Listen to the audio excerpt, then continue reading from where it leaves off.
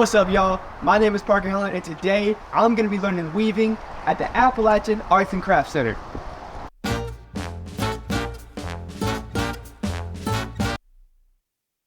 Can a person learn weaving without any class? It would be very hard to learn without some personal instruction, but you could learn how to weave on the internet. There are lots of YouTube videos that give you lots of information about that.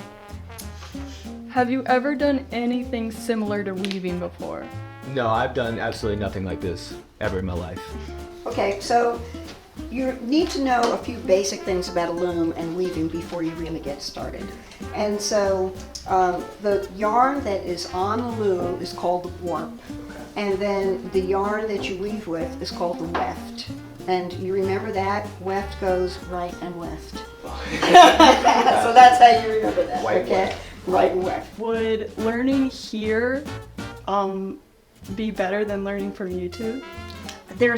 Weaving is very complicated, and you can learn the very basics of weaving on YouTube, but there's so much more to weaving than just the basics that it would be hard to just have YouTube.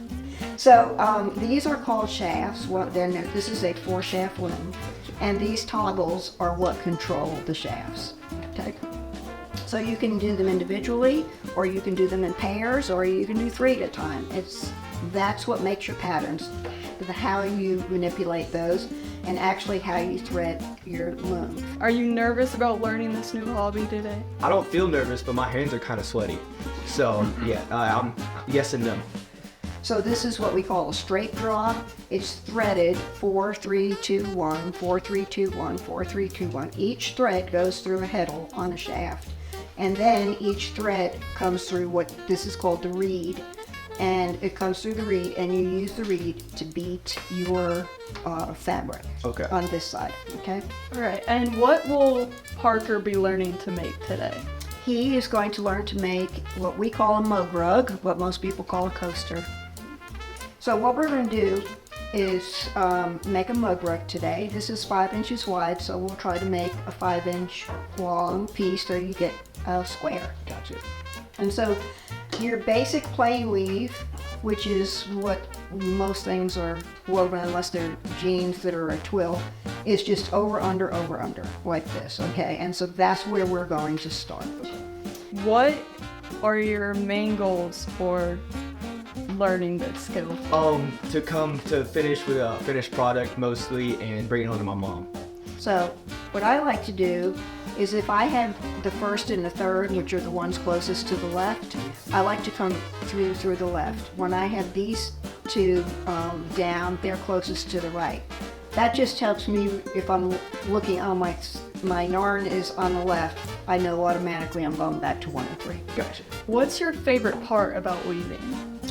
I love putting a warp, which is the yarn that you put on the loom. I love putting that on and threading it, and then being creative with the process of weaving. Okay, so I'm going to get you started. Yes, ma'am. So this is a twill. Okay. And it's a 2-2 twill. Okay. So your twill is 1 and 2.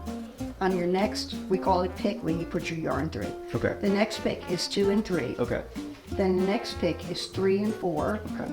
And then 4 and 1. Okay. So you're just kind of running up the scale, yeah. Okay? 1 and 2, 2 and 2, 3 and 4, 4 and 1. Gotcha. Okay? In your opinion, what is the hardest part about learning weaving?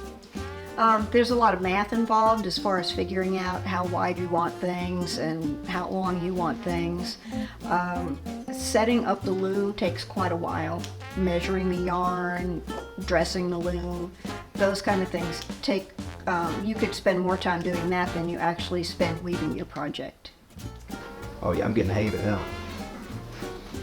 That's usually when you make a mistake. Okay. How did she know? How did you get into weaving?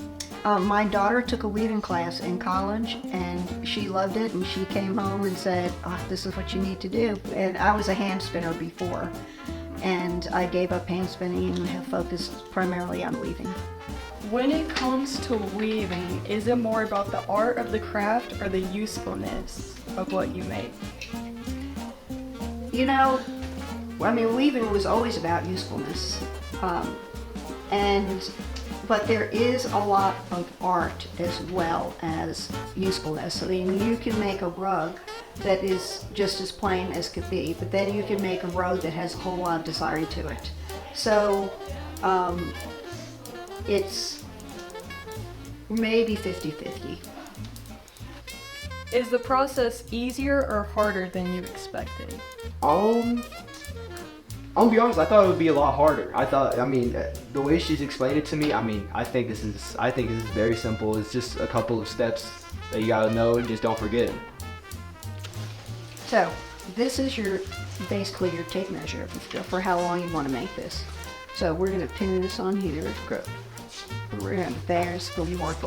So you're going to do it for the just a little bit. When you're working on it, when you have it more forwards, your shed here is bigger, so it makes it easier. Okay. So you'll weave until you get to here. Yes, ma'am. And then we'll switch back over and do a couple of loopy backs. Gotcha. Okay. How do you think you're doing? I think I'm doing great for my first time. I keep forgetting over and under, and that's the main important part that you need to learn. So I either keep reminding myself over and under repeatedly. But besides that, I think I'm doing decent. So far, are you enjoying the process of weaving? Yes, this is like, I could really like throw on a Netflix show and do this. Like I'm being so for real.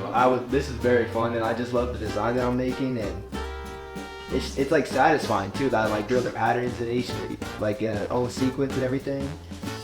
How did Parker do on his first time weaving? I think you did pretty well. Yeah.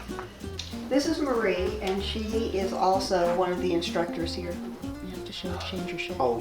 One of the other weaving instructors here. And she's going to help with the final touches of the sewing on the edges. Oh, maybe we'll let Parker use it so when she uses it.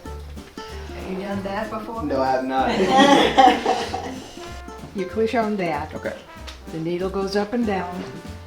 Feet grab it and pull it through. Okay. Okay? Yes, ma'am. So you're just going to try and keep don't look on the black. Okay. Just try to stay on the brown. Yes, ma'am. What advice would you give to someone who is just starting this hobby? I would let them know that they should always remember under than over, because that's what I kept forgetting on mine. Also, you should really, don't be scared to beat the yarn at all. It needs to be pushed back as much as possible.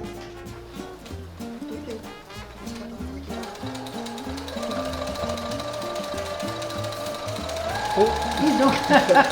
It'll bite you. No sewing fingers. Do you have any advice for him if he'd ever want to get into this hobby? I would say to take some lessons, and though it's really hard to get used to how hard to beat things, and that takes time to learn to get really consistent. You can pass it back and forth, but getting your edges consistent and getting your weft consistent takes time. Okay. Just cut that. Snip that off. Let's go ahead and snip this end off. Hang on a second. Let me get my fingers out of the way. I won't get your fingers, I promise.